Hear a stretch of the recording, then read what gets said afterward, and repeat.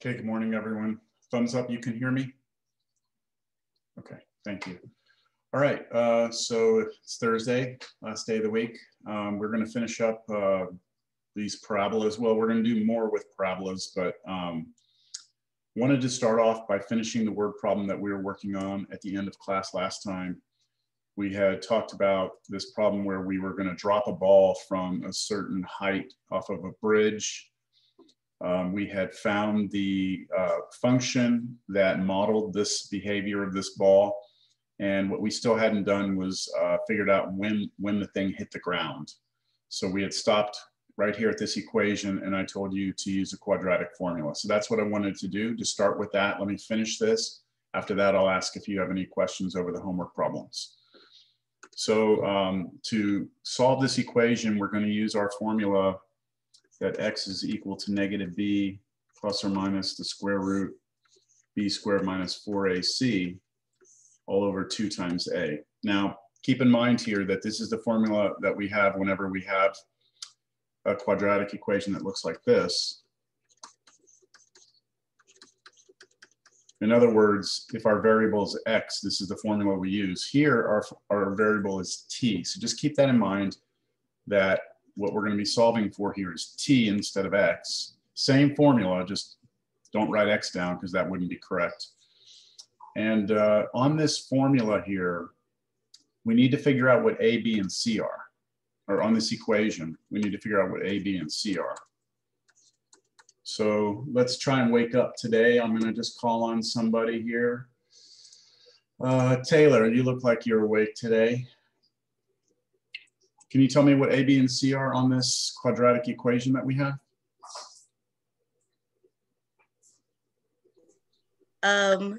A is negative 16. Good. So it's the number in front of the t squared, negative 16. All right. B is 0. B is 0. Now that's because we don't have a t, right? There's no t there, so we put 0 here. Good. And C is 50. 50. Okay, great. Good job. So now I'm just going to plug into the formula. So the first thing I need to figure out is, what's negative b? But for us, b is 0, right? So I'm going to write it, even though it doesn't make a whole lot of sense. Negative 0 plus or minus the square root. Now we're supposed to do b squared. So 0 squared, which is still 0, right? 0 times 0.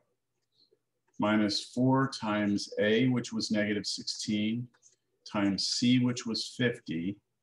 Then all of that divided by 2 times negative 16. All right, so let's see. Who wants to volunteer other than Taylor? Who wants to volunteer and tell me whether or not this whole thing over here is going to turn out to be plus or minus, if I'm going to do a plus or a minus? It's going to be plus because there's 2 negatives. Because there's 2 negatives, good. Because there's an even number of negative signs, I know this is going to be a plus. And then we have to multiply those numbers together. So you might need your calculator for that. I'm going to change that negative 0 just to 0, plus or minus the square root. And then I'm going to have 0 plus, and let's see, what is it? 2, 3, 20, something like that. 4 times 16 times 50, 3,200. And then all over 2 times negative 16 is negative 32. Okay, so I have a 0 out front. I'm just going to get rid of this 0 and just put plus or minus square root of, and then again, I have 0 plus 3,200. That's just 3,200. And then over negative 32. Now get your calculator out and do the square root of 3,200. And you should get a number that's approximately 56.56 or 57. Then we need to divide that by negative 32. And here's where I told you I like to do the 2 cases, the plus and then the minus. So if I do the plus, it's just 56 over 57. I mean, sorry, 56.57 over negative 32. and then 56.57 over negative 32.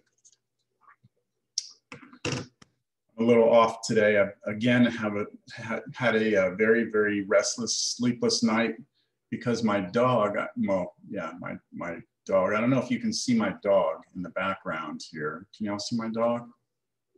Laying on a little mat. Y'all see him? It's black, so you can't see. So he's like a really good dog, but he got really excited and jumped off the bed. And he was in my daughter's bed, and he never does that. And I guess he hurt his back really bad. He's not getting around very well today. So all night long, he was in pain and kind of yelping. So I was keeping my eye on him. So I'm like totally exhausted, not exhausted. I'm just like delirious, you know, from lack of sleep. But he's on pain medication and stuff, so he's okay. Anyway, I'm just making excuses for my terrible math here that I'm doing. Let's go ahead and calculate these two things. I forgot to put my negative there on the bottom one. That's a negative up top, right? So when you do your first answer, 56.57, you divide that by negative 32. The first result we get is negative 1.76.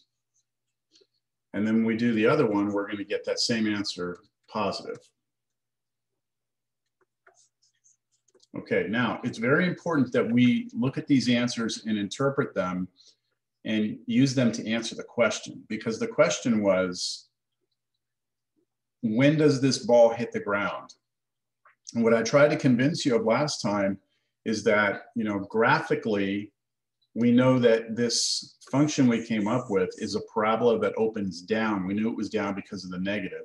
So we knew it was a parabola that looked like that, and that the X-intercept, right? The X-intercept here would tell us, you know, when it hit the ground. But we got two answers. We got a positive one, we got a negative one.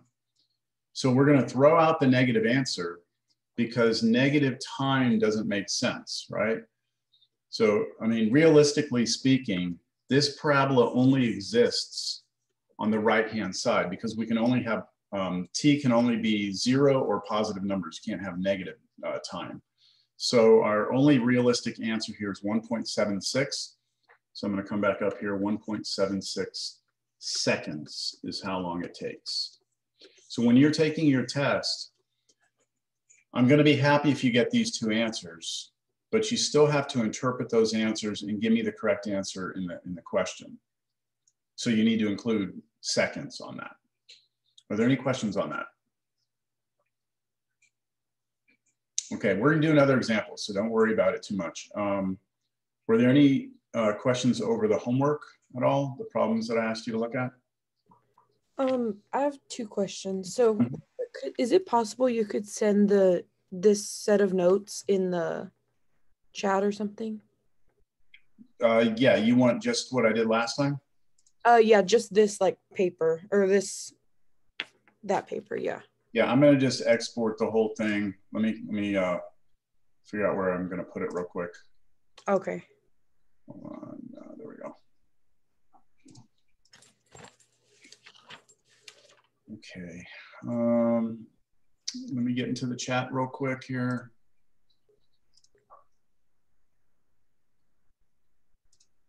What was your other question? My other question was over the homework. Mm-hmm. So on number 3 for step 4. Okay, hold on, let me bring it up. I just sent it through the chat. Someone can open that to make sure it works. Now, what on the homework, what page was it? Do you know the page? It might have been 87. Yeah. 87? 87 or 88. Okay, and which one? Number, let me find it. Oh, number 3. Number 3, this one here? Yes. Okay. So when I got to step 4, earlier you said to solve for step 4, we could either factor or use the quadratic function. I did the factor one first just because I thought it would be easier. And then I went to go check it with the quadratic function and I got 2 separate answers. Okay, that's probably just a mistake. Let's do it. So what Lauren is asking here is on step 4 of this, you had to find the x-intercepts, right? So to find the x-intercepts, you set this equal to 0.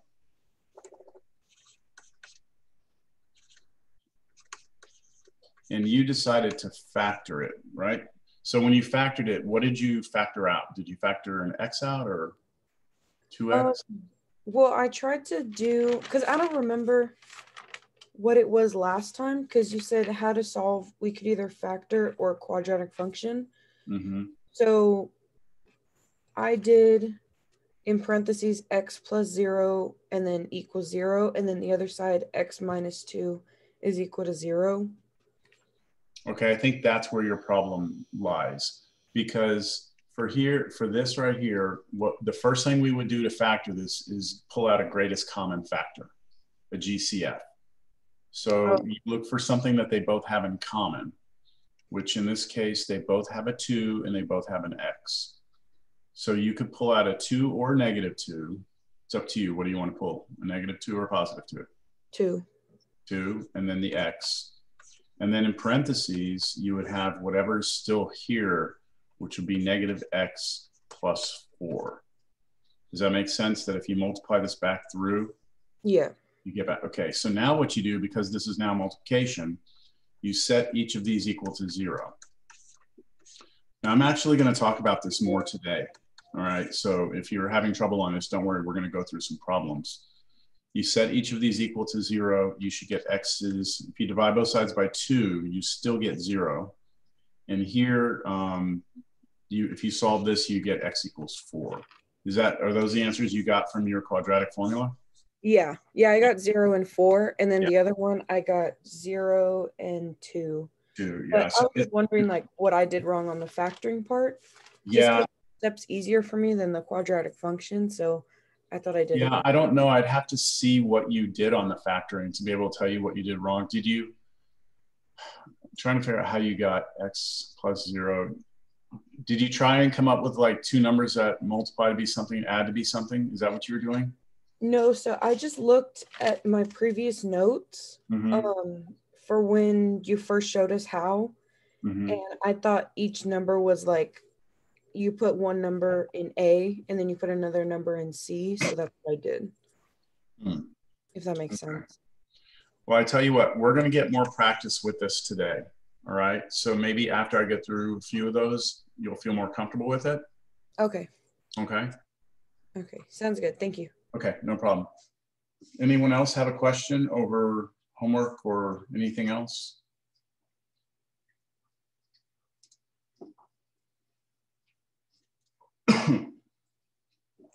Okay.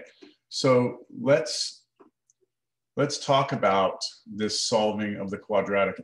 As you can see, when we have this process for sketching these parabolas, we have this, 5-step, 6-step process, right? Does it open up or down? What's the vertex? Quick sketch. Get your x-intercepts if you have any, y-intercepts, and then you draw a final picture, right? I think one of the most challenging parts of all the problems is finding the x-intercepts, because you have to solve an equation. You have to solve a quadratic equation.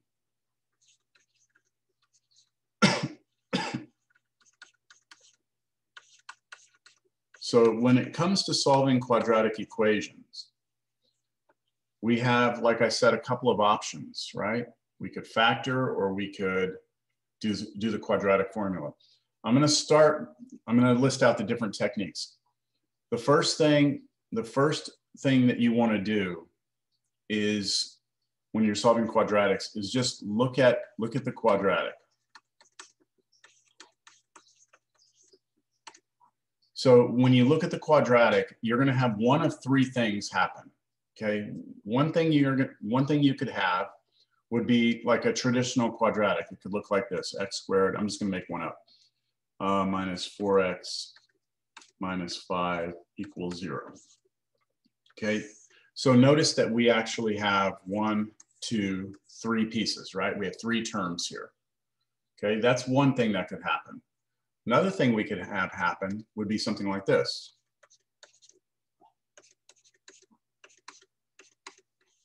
So here we have just 2 terms. Do you see that? Instead of 3, but it's still a quadratic because it's got an x squared. And another thing we could have happen would be something like this.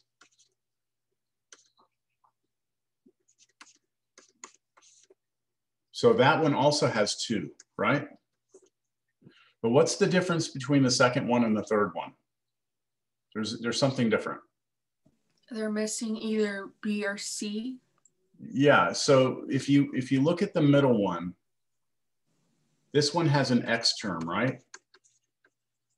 Check, I'm gonna say yes, it does have an x term. There's something with an x. We also have an x squared term, but you have to have an x squared to be a quadratic. So the middle one has an x term, where the last one has what we call a constant term, but no x term. On the first one, we have an x term and we have a constant. We have a number, right? So the first case is like we have everything. We have the x squared, we have an x term, and we have a constant. This one, we have an x squared term, an x term, but we don't have a constant. And then the last one, we have the x squared and the constant, but we're missing the x term. So the reason why I'm bringing this up is because if you have either of the 2 cases over here, then you can do something a lot faster than the quadratic formula. Here on this one, you're either going to have to factor this or use the quadratic formula. Those are your 2 options. But on these 2, you can do something quicker. So let me show you what you do in the case that you have an x term. Okay, so in this case, all you're going to do is factor a GCF. And this is exactly what Lauren was, the problem that Lauren was looking at, or that we were looking at just a second ago when Lauren asked the question, was exactly that type of problem. We had a quadratic that had an x term, but it was missing a constant. So you can use the quadratic formula here. Lauren did it, but it takes a little bit of time. The faster way to do it is to factor a greatest common factor. So from here, those both have an x in them. So I can pull the x out. And I'm assuming that you're comfortable with that step. Is everyone okay with that step? Just factor an x. Once you factor it, you then take each factor and set them equal to 0. And we're using something here called the 0 factor property to do this, but you don't need to worry about that. Just set each factor equal to 0. So the first answer is 0. And the second answer, I just add 4 to both sides and I get x is 4. So that is a lot faster than the quadratic formula. And that's all I'm trying to do is show you something that would be quicker than the quadratic formula. You can only do that if you have the x term and you're missing the constant. Any questions on that? If you have a quadratic and you have an x term and you're missing the constant, then do a GCF and you'll be there really, really quick that way.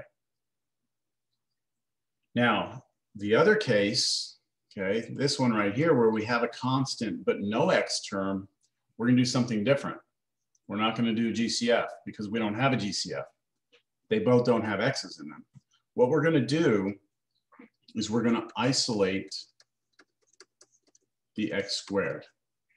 In other words, we're going to just get the x squared by itself on both sides. So I'm gonna add 4 to both sides of that equation. If I add 4 to the left and add 4 to the right, I get x squared equals 4. Is that all right? You see how I've isolated the x squared, gotten it by itself? Now what we do is we take the square root on both sides. Take square root.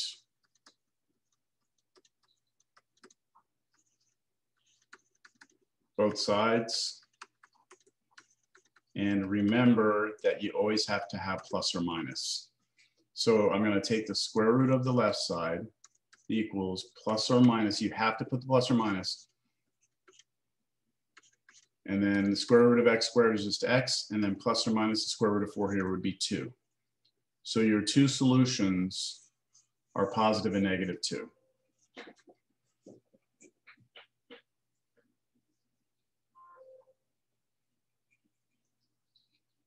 So let's try, I'm going to give you a couple, let's go through a couple of examples just to make sure you understand this. For all of these, let's solve.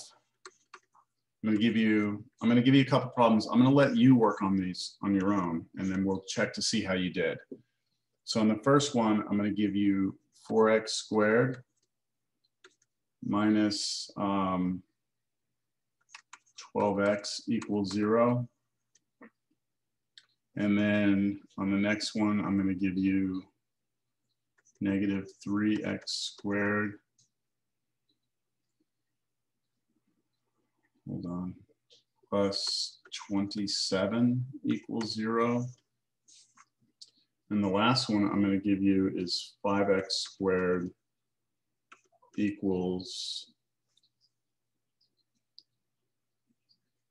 4x. So the last one's tricky.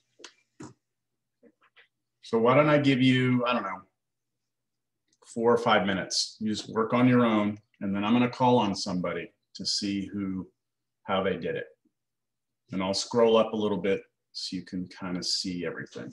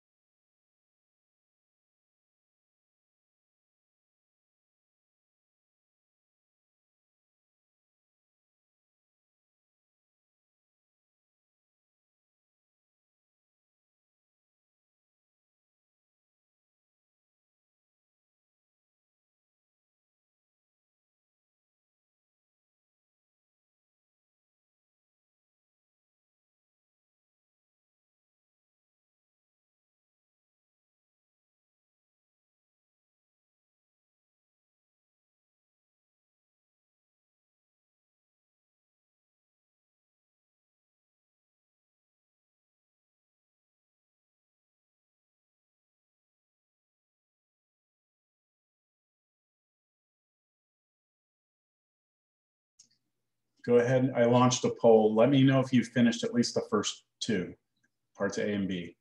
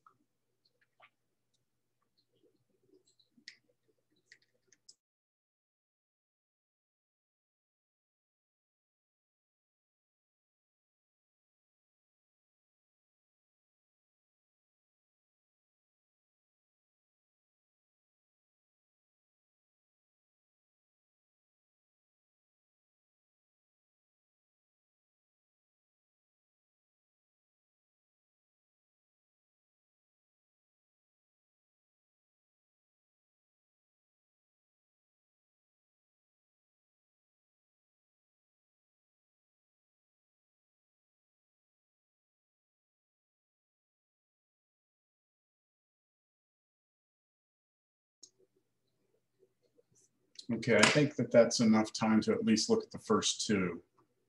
So I reshuffled everyone's names and Alexis came up first. Alexis, are you around? I'm here. Okay. Did you get the first one? Yes. What did you do? So I've factored out the 4x. Okay, good. And then in the parentheses, I put x minus 12. Okay, so you pulled a 4 out of the first one. Oh, x minus 3. Good, okay. And then equal 0, right? Yes. So and then you have to set each of those? X equals 4, and then x equals 3. Okay, so let's go through that. You set this 4x equal to 0, and then you set the x minus 3 equal to 0, right? Yes. Let's do the second one first. You add 3 to both sides, and you just get x is 3, right? Now, on the other one, you don't have that 4 is being multiplied. So you have to divide 4 on both sides, not subtract, not add. Divide 4, which gives you an x here, and then 0 divided by 4 is still 0. Yeah. Okay. So you get x is 0 and x is 3. I'm sorry, I thought I heard you say x was 4. So, okay? Mm-hmm. Everyone good with that? Who got part B?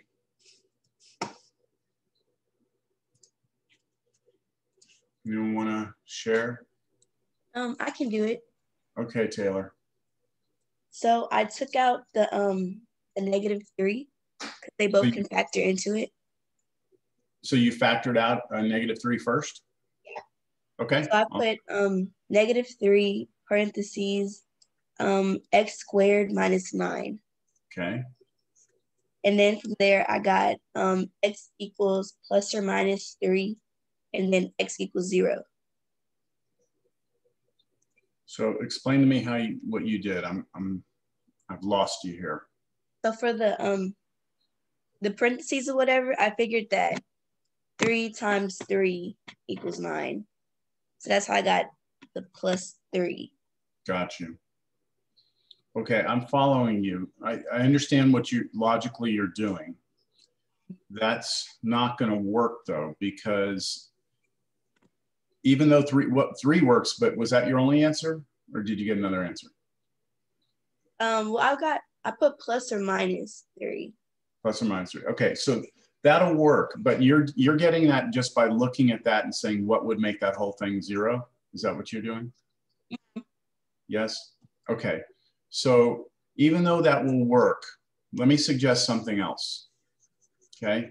Because you might get a problem where you can't look at it and be able to tell those numbers that easily. Mm-hmm.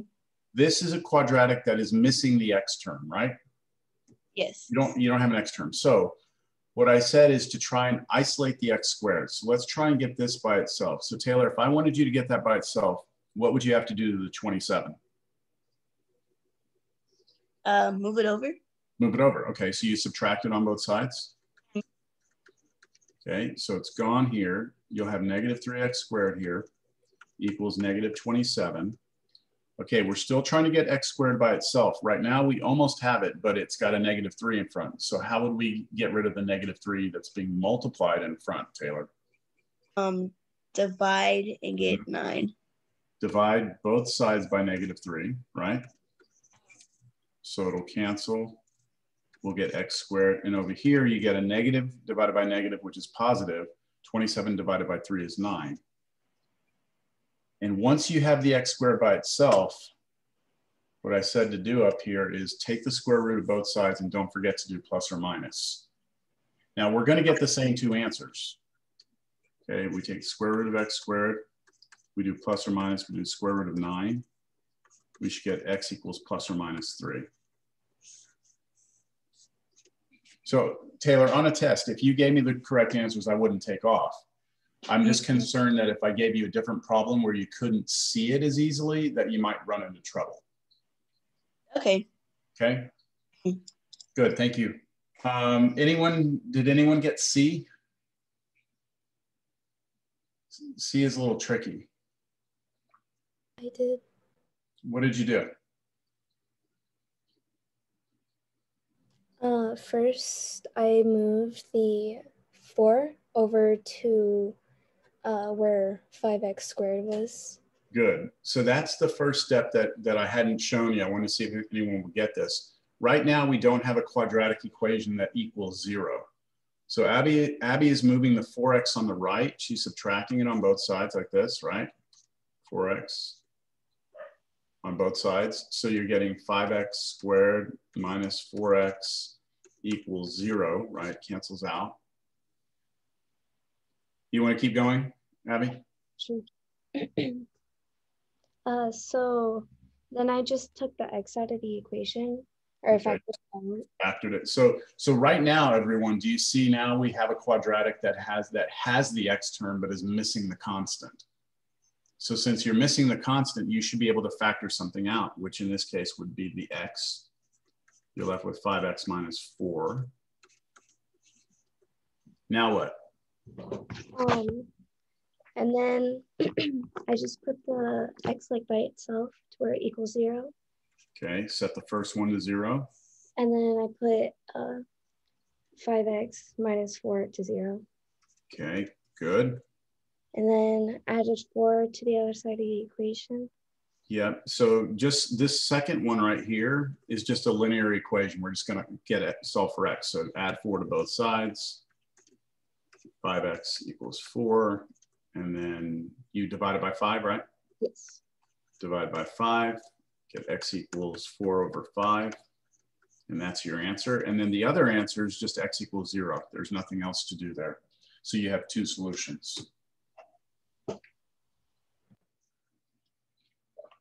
Okay, good job. Now, to kind of I guess, go back and kind of like summarize everything here. If we have a quadratic where we've got all 3 pieces, you're either going to factor it using that AC method where you have to figure out 2 numbers that multiply to be something and add to be another, that, or the quadratic formula. And most students will just fall back to the quadratic formula. If you have these other 2 cases, there are short ways to do it, shorter ways to do it. But again, you could use the quadratic formula for both of these. It's just longer, all right? So I just wanted to share that with you before we go back and do a couple more examples. And now you'll see me probably use some of these methods. So I want to go back to last class. We had talked about this important formula right here, okay? Actually, not this piece, not that.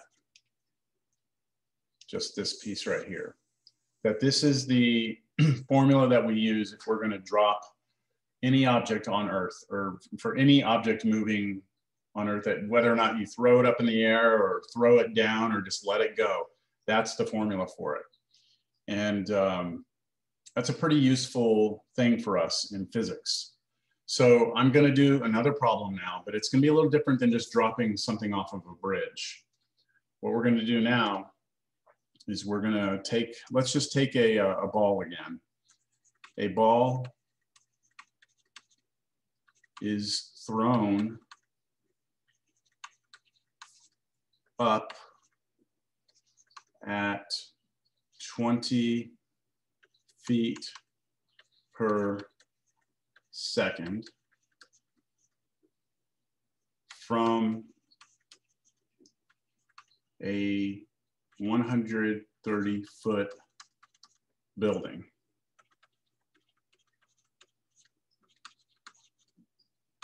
Okay, I'm about to start asking you the questions, but I want you to understand what's going on, so I'm gonna draw a picture. We have a person standing on a building, the top. They throw a ball up. Ball goes up, comes back down, and is gonna hit the ground. When they throw it up into the air, when it leaves their hand, it has a speed, and that speed is given, 20 feet per second. And then you're told how tall the building is. The building is 130 feet tall. So the first question is to find a quadratic function which gives the height of the ball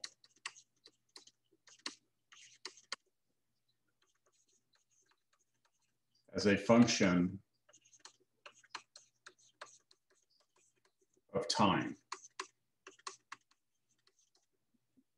Okay, so we're going to do that first. We're going to try and come up with the function, the actual function that will tell us exactly everything we need to know about this ball. And then we're going to answer some other questions. First question I want to know is how high does it go?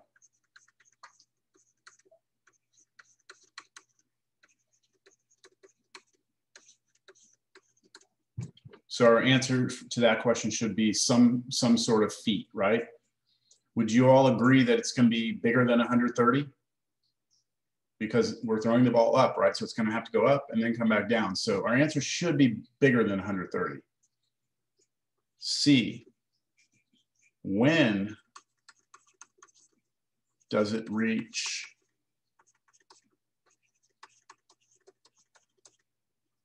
its highest point? What's the difference between that question and the one before?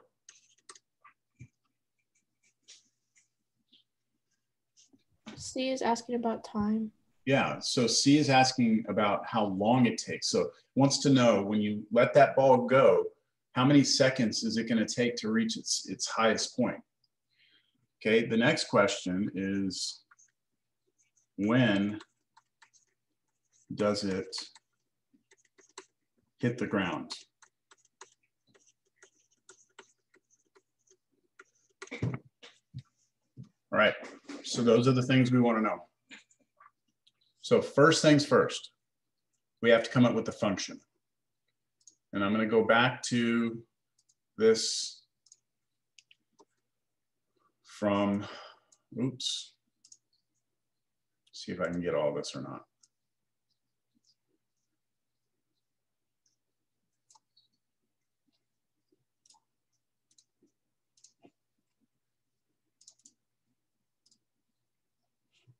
I'm going to put this in here. I'm going to try and make it smaller so it doesn't take up so much room. Put it over here. I hope that y'all can still read that, but you have it in the notes. All right, so for any object on Earth that's under the influence of gravity, if we are neglecting air, here's the formula for it. So I'm just going to answer part A, I'm just going to write down my generic formula. The generic formula is d of t equals -16 t squared plus v sub 0 t, or d naught.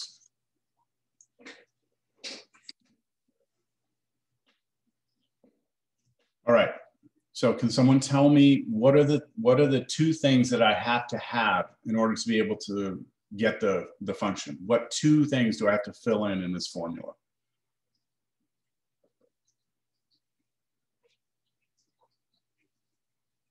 For it to be something we can work with, what are the two things I need to actually put in here? The starting point and the time. Yeah, so we want these two things. We want to know d naught and v naught. Do we know those? So what is d naught? Just look over here on the side here. D naught is the starting height. Do we know the starting height of the ball? 130. 130, right? So we know that this is 130. Now, v naught is the starting velocity or the starting speed of the ball. Do we know the starting speed of the ball?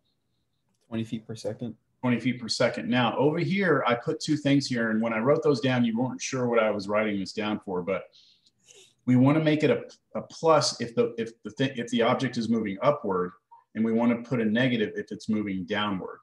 So in this particular problem, the ball is thrown upward, right? And so I'm going to put a positive 20 here. If I had said the ball is thrown downward, then I would put a negative 20 there, right? Because you can imagine this person standing on the building. They can throw the ball up in the air, or they could actually throw it straight down. If they throw it straight down, it's going to get to the ground faster. So once I have those pieces, I can rewrite the function plus 20t plus 130. And I'm going to box this. This is the answer to part A. It is the function that gives us the height of the ball as a function of the time. Any questions on that?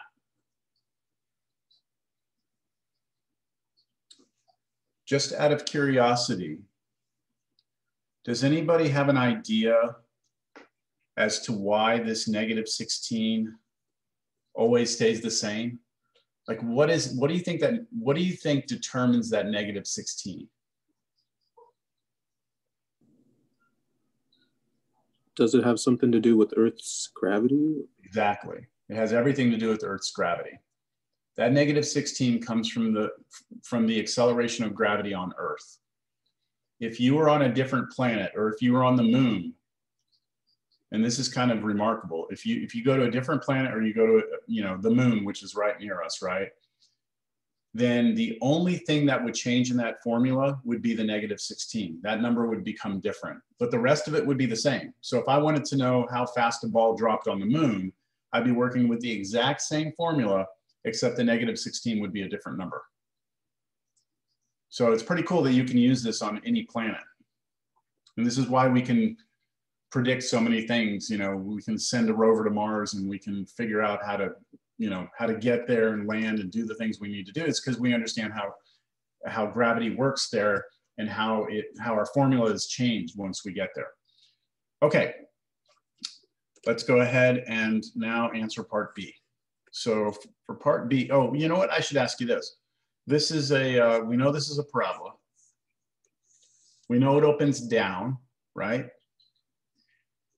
We know it opens down, and we know that it hits at 130. How do I know it hits at 130? The height's given to us. Yeah, okay. So this number at the end, that's our C, right? That's our C. This is our B.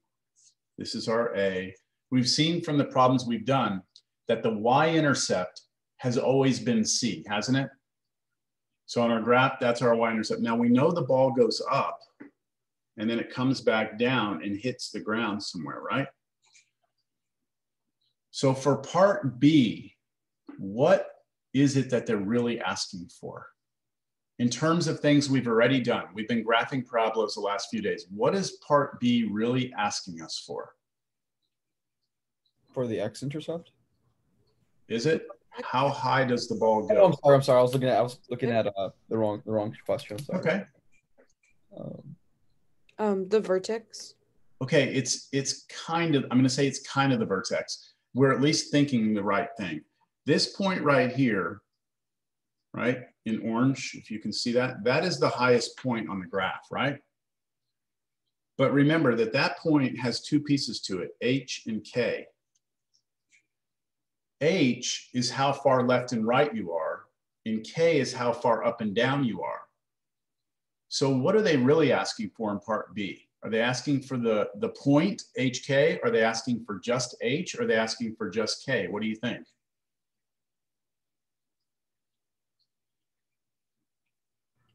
How high is it? Okay. Just K, right? They want to know exactly how high that is. And that would be what K is. So just as a little side note, they really want to know K here from the vertex. Okay, we could do that. We could find K, but let's look at the next question and let's figure out how we would do that. When does it reach its highest point? When does it, when is time, right? When does it reach its highest point? Anyone want to venture a guess as to what they want there? H. H, good, they want H because look, isn't H right here? That's H, that's our left and right. And if H is right here on the x-axis, that axis is actually our time axis.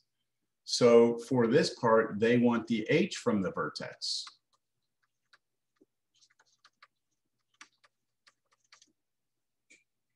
And then the last question is, when does it hit the ground? And that one is this point right here, which is the x-intercept. So there's nothing in this problem that we haven't done. We've found vertexes before, we've found x-intercepts before. It's just a matter of reading the question, using the formula, creating the function, and then once you have the function, being able to answer the questions. So if you were doing this problem, let's see, I'm going to call on somebody here. How about Carolyn? Is Carolyn here? Yes. Okay, Carolyn. So Carolyn, what would you do first? Would you do B first, C first, or D first? What makes the most sense to you? C. I'm sorry? C. Sorry, I'm not hearing you. Doing C would make sense to me. Yeah, C makes the most sense because to get C, we need to get H, right? Yeah. If you try and do B first, you need to get K, but we can't get K until we have H, right? Yeah. Because of the vertex formula. Okay, good. So let's do that. I'm going to do it on this page, maybe, if it lets me. So we're going to do C first. So for part C, we need to find what H is. And Carolyn, can you tell me what H is? Do you remember the formula? Yes, it's a negative B over 2A. Okay. And so for us, what would this be? Negative 20 over 2 times negative 16. Good. Okay. So that's going to be negative 20 over negative 32. And we're going to need our calculators for this because we're going to get the decimal. And we're going to have to plug that in to get K. So 0.625. Carolyn, 0.625 what? When does it reach its maximum height?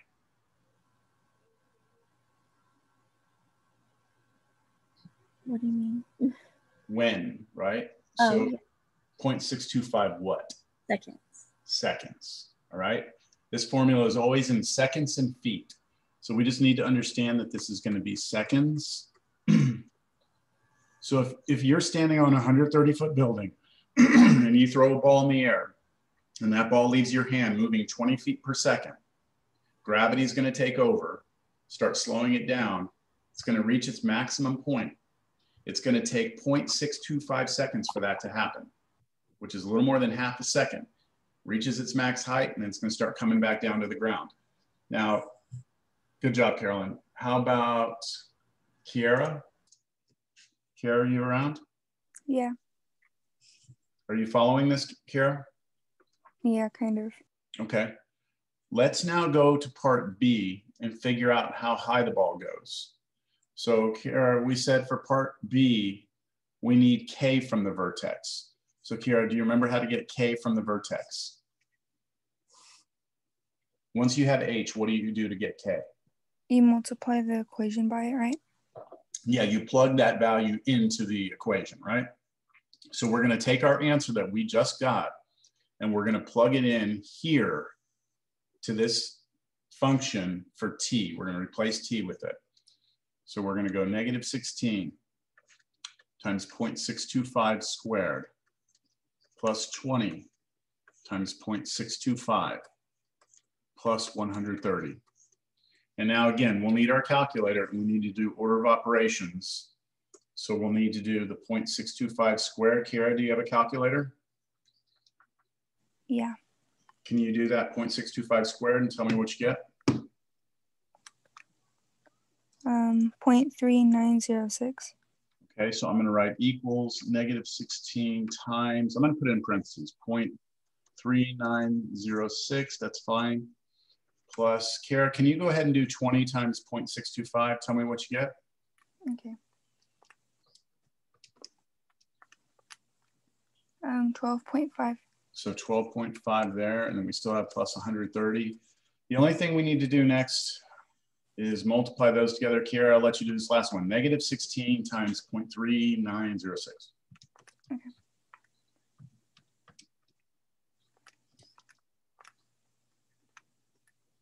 That's negative 6.24. Yeah, let's just round it right there. Plus 12.5, plus 130, and then just go ahead. We'll just put this all together. Plus 12.5 plus 130. I'm getting 136.26. 136.26.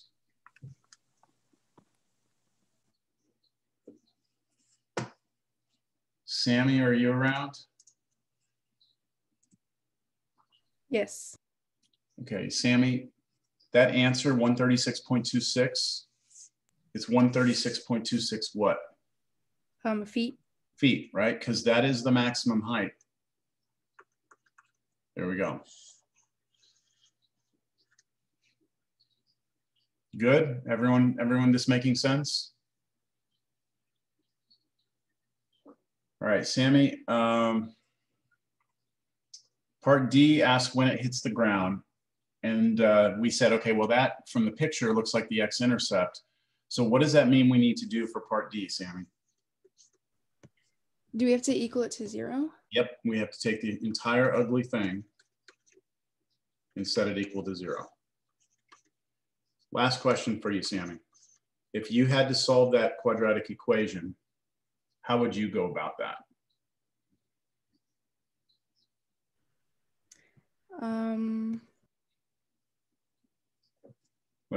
Like what we talked about earlier, is it one of these special cases? Like, are we missing a constant or missing the variable? No. No, we have the variable term here and a constant term. We have all three. So if we have all three, your choices are either factor or quadratic formula. What would you do, Sammy? Would you even try and factor that, or would you just go straight to quadratic? No, I would do the quadratic formula. Yeah, I think I would too. Now our numbers are going to suck. They're going to be big, but just remember what A, B, and C are here. A is negative 16, B is 20, and C is 130. So everybody take the next 3 minutes, 4 minutes to get this. I want you to plug in the quadratic, or use the quadratic formula and see if you can get the answers. And then we'll talk about them. I'm going to put up a poll. Let me know when you're done. Let me know when you have 2 answers. You'll need your calculator.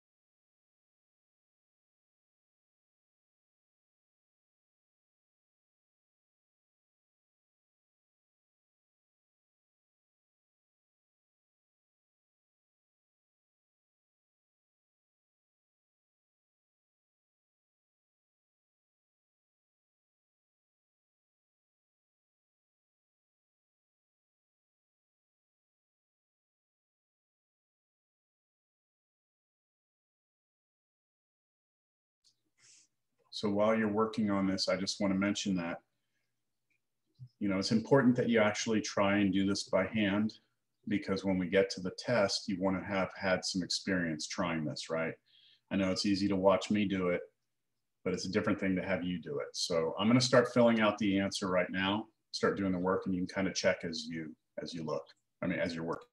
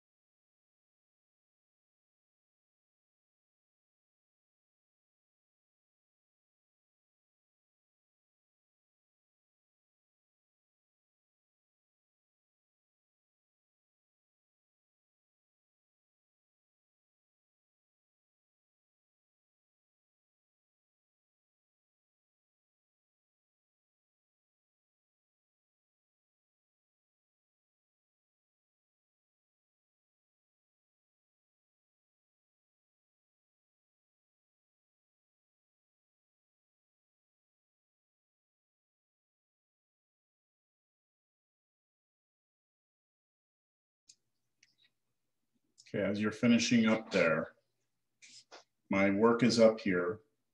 Make sure that you can get those two answers.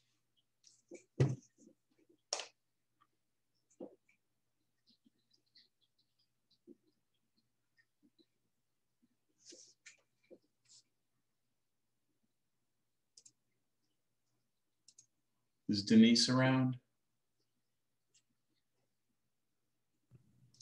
Yes. Denise, were you done yet or are you still working? Still working. Okay. Let me ask you, can you see my answers? Yes. Okay, so how would you answer the question, part D? I know you're still working, but if you look at my answers, I have negative 2.29 and 3.54. How would you answer part D?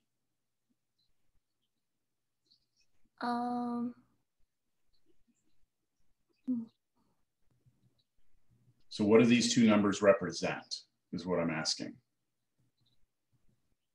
They represent the points, the X points. This is, so what's happening is that the equation represents what's happening in real life, but if you can imagine that this parabola goes backwards and hits in two different places, right? It hits here and it hits here.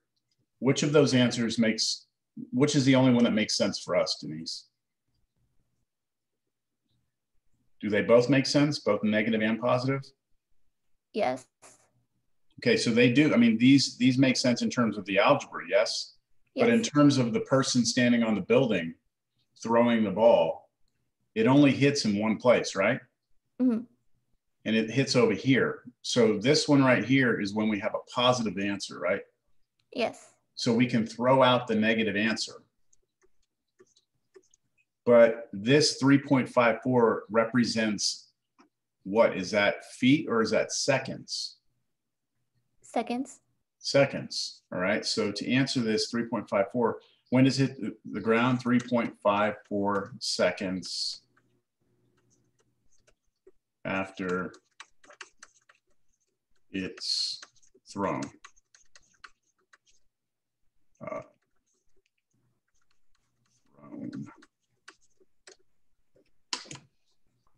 Good, thank you, Denise.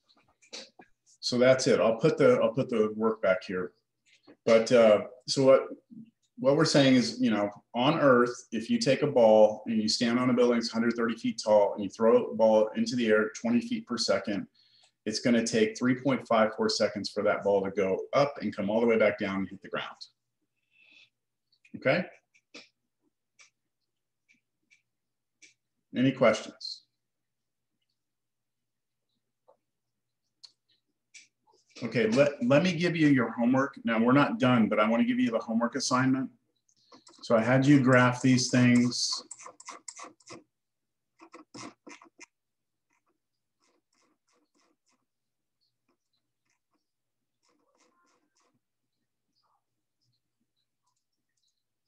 Let me get to, here we go. Okay, so I want you to do page 97. They give you, number one, they give you a function for a rocket that's been fired. Now they give you the function, okay? You don't even have to work. They already give it to you. You can tell by this function, if you look at it, that the height of the rocket in the beginning is 80 and the initial speed that it's given is 60, but that's already given to you. What I want you to do is answer, don't worry about the table. I want to know from what height the rocket was launched. Oh, this is a typo. This should say rocket. What is the height of the rocket at 1.5 seconds? You know what? These instructions are just terrible. Let's do this. Do this problem. Do this problem. And answer the same questions that I just asked you on the problem before, okay? So what's the maximum height of the ball? When does it reach its maximum height? And when does it hit the ground, okay, for this rocket? And then the next thing I want you to do, let me see what number 2.